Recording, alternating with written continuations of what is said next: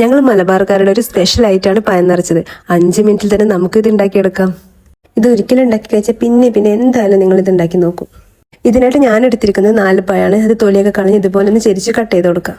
ഒരു പഴം ഫുള്ളായിട്ട് എടുക്കുന്നതിനേക്കാളും ഏറ്റവും നല്ലത് ഇതുപോലെ ഒന്ന് കട്ട് ചെയ്തെടുക്കുന്നതാണ്. പിന്നെ കാണാനും ഒരു ഭംഗി കിട്ടുന്നത് ഇങ്ങനെ ചെയ്യുമ്പോഴാണ്.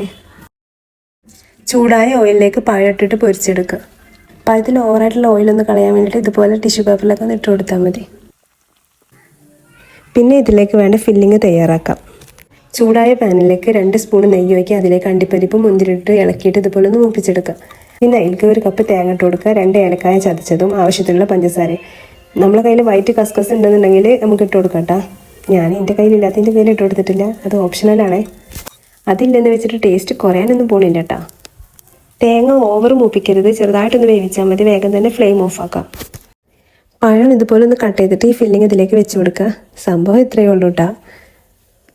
ഉണ്ടാക്കി നോക്കിയിട്ട് എന്തായാലും കമൻറ്റ് അറിയിക്കണേ. അപ്പോൾ ഓക്കെ, അടുത്ത വീഡിയോയിൽ കാണാം. Bye from JK's kitchen.